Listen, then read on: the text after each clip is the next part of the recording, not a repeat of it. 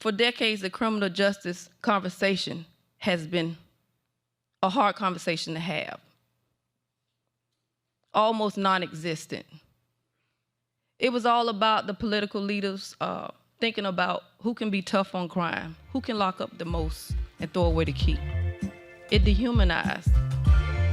But I'm standing here today saying this is what a second chance looked like.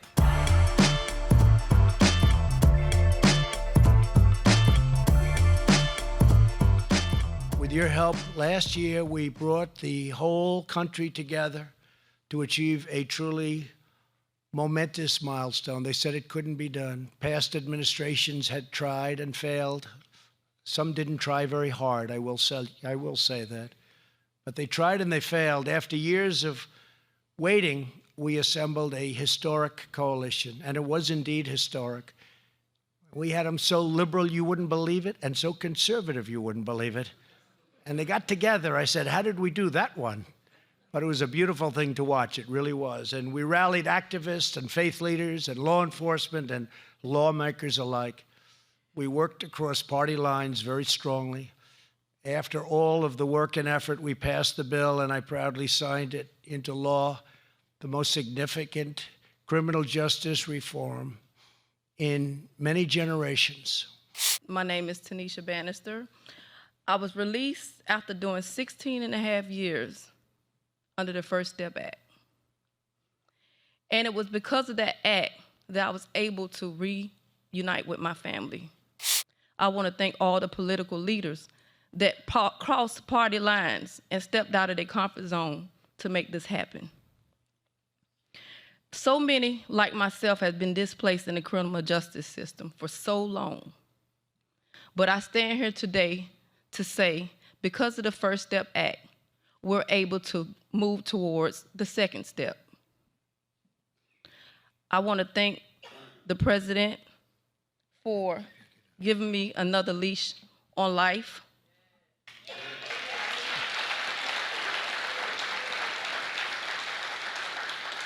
If it wasn't for you, Mr. President, I'll still be serving 5 years in prison. All right, that's good. And I'll be forever grateful for that. Thank you. I just want society to know that this is one bright spot that we can stand on. That's not an issue that has to be forgotten about. It's one that has been focused on by not only just the political leaders, but the organizations that fight, that trudged to Washington. That was our voice then when we didn't have a voice to be heard. And I just want to say thank you. I want to say that in order to take the first step, you have to be willing to do things that you're not comfortable with. You'll have to be willing to have conversations that you're not willing to have. For decades, the criminal justice conversation has been a hard conversation to have, almost non-existent. It was all about the political leaders thinking about who can be tough on crime, who can lock up the most and throw away the key. It dehumanized.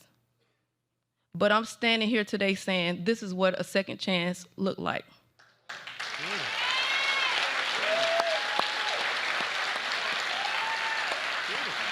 I'm determined not to let my past define my future, but to continue to move forward day by day, step by step, and not forget about the ones that's left behind.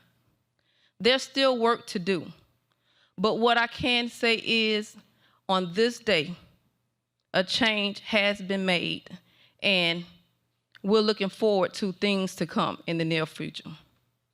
Thank you, Mr. President. Thank you, Benedict College, for having me. Thank all the political leaders and the organizations that fought for not just myself, but others like me.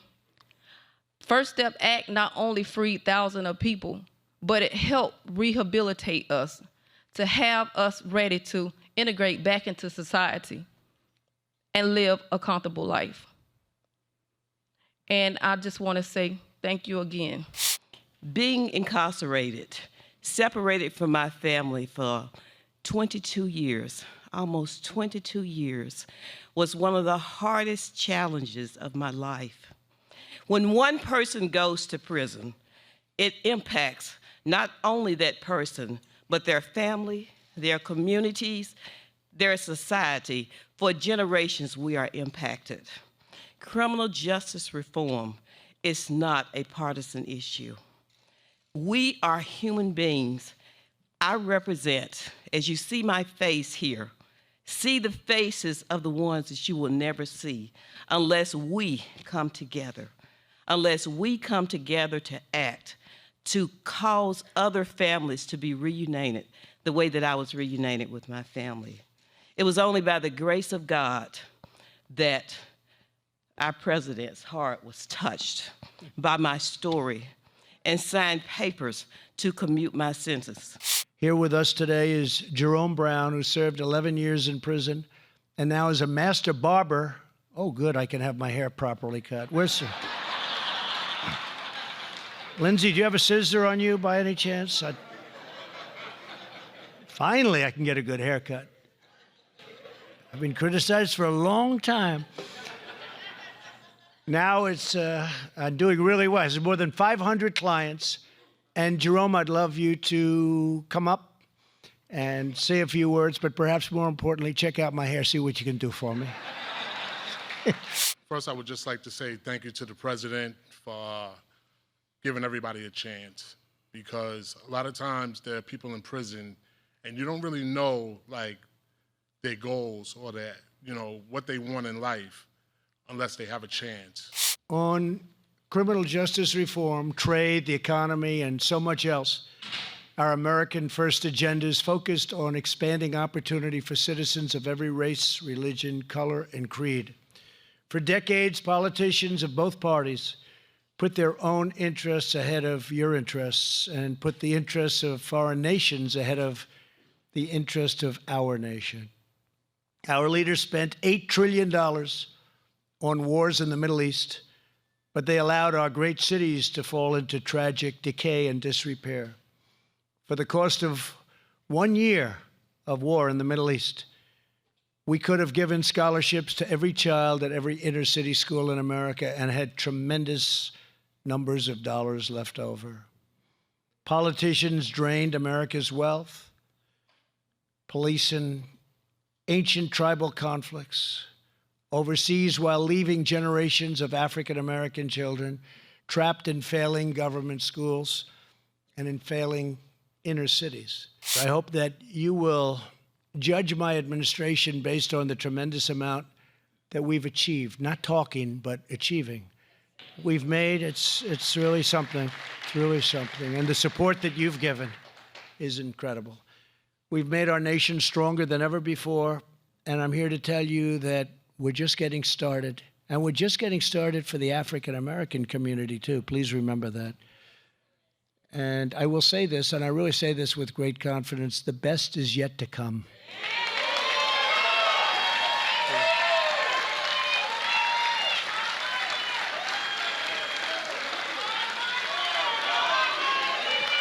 Thank you.